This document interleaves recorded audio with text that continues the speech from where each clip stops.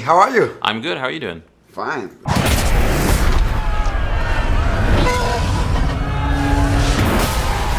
How do you feel with this new baby? Exhausted and excited. I'm so happy to be releasing it to the world. It's a very exciting moment. It's a big challenge because it has a lot of success, the two first movies, and now you have this challenge to face. How do you do it? I mean, I think you just focus on trying to make a movie that you care about. I mean, you know, you can't be like, oh, I have to make a better movie or as good of a movie. You just say, I have to make a movie that means something to me and has characters that I find moving, and just do the best job that you can and try not to think about all the other stuff and everything everyone will say. Help me!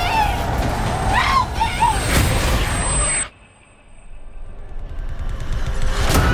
I'm a little tense because of you. Thank you. That's high compliment. Yeah. How do you live the experience to film this kind of story with a lot of tension, with a lot of sounds and silence? How was the experience, Lupita? It was amazing. It was a really fun project to work on. The cast that they put together to do this, Joe, Alex, Wolf, Jimon Honsu, among others, were, top-notch cast. I enjoyed working with all of them, and the script was exciting. It felt fresh, and the work was just the kind of challenge I was looking for. It was fun to do it, I have to say, but it was also, of course, it's demanding. It's requiring a lot of you every day, and I'm very happy that it's over.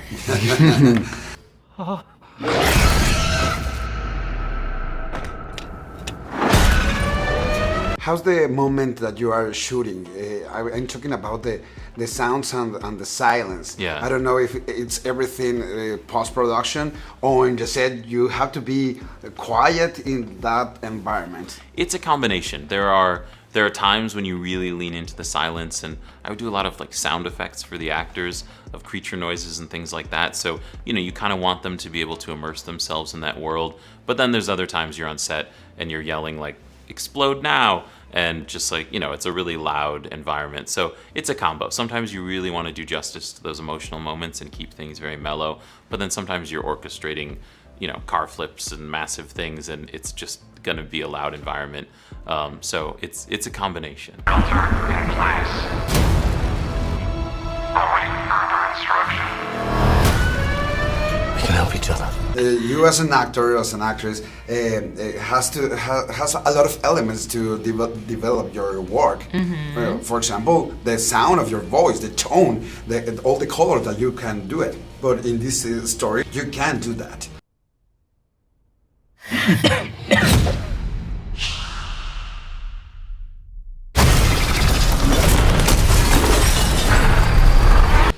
It was challenging for you, as I think, right? It was challenging. It was quite limiting to not have any access to language or words, but at the same time, when you strip something down, within that, there's a whole different kind of means of communication, which I hadn't really done before on a film. I don't know if you had, but it was a very specific kind of challenge, and it was very enjoyable, and the more we did it, the more we kind of, I think, got better Yeah, at we it. did, yeah. If we stay here, we die. I have a plan. And you put a lot of shots with the creatures. Yeah. So the other two movies, it's just the imagination, but you show more than we. Yeah, we try to sort of parcel it out so that it's not, it escalates over the course of the film, because one of the kind of promises of this film is this scale and the number of these creatures. This isn't just kind of a rural environment where there's a couple creatures lurking around. This is a very loud city where a lot of creatures were attracted to and attacking. So, we tried to still kind of do justice to not overusing them, but to fulfilling that promise of that scale and that intensity. But it was something we kind of always talked about, and we're finding that proper balance, because we didn't want to just overdo it and just lay a ton of creatures in for the hell of it, for the sake of it. I don't know if I could. But yeah, it was a balance. We have to get out of the city.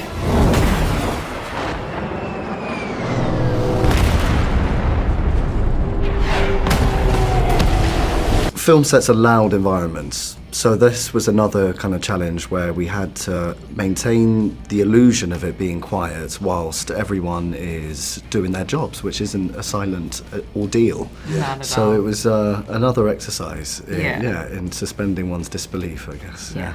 It's the end of days. No more people. No more New York.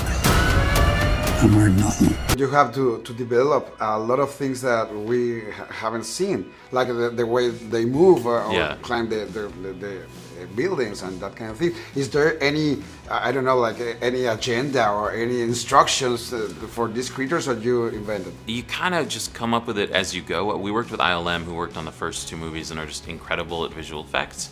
And they know these creatures really well. They designed them originally. So, we're always talking about, there's a lot more verticality to this movie. So what does it look like when a creature is climbing a skyscraper or running down the side of a building?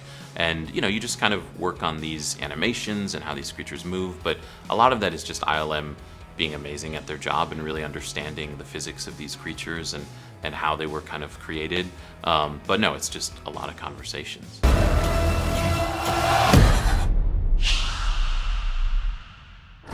What about the creatures? It's everything post-production, or you have something for real to, I don't know, to, There was a mix of things. Most of the time, it would be Michael. Exactly. Either like creeping on set doing this or making sounds into a mic like "Wah!" and it was often comical, so again you have to suspend your disbelief, but sometimes it was just a green cross or a man on stilts.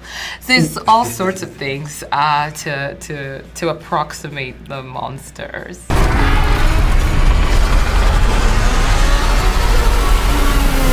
Sometimes you need that. You need the sounds for the jump Something, scares. yeah. Sometimes you need a man on stilts. Yes. There's no getting around it. Yeah. Yeah.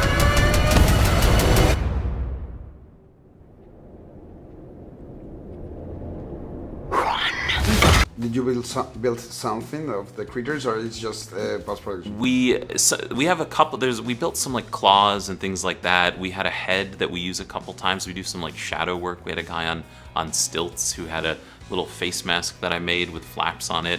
So we did some stuff like that. They're pretty hard creatures to pull off practically.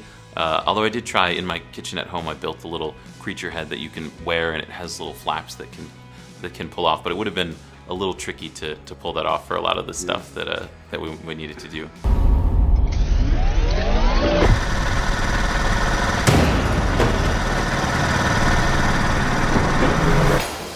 One of the best actors in the set was the cat, right? Of course. It was amazing, the chemistry, and it's another character of the story. It's a three-part movie, right? Yeah. So how was that? It's your own cat, or you get more familiar with the? Yeah, he was not my own cat. I didn't even like cats before I made this movie. No, I was afraid of cats. I couldn't be in the room with a cat. But I had to get over that fear because I really wanted to play Samira. And so I got some help.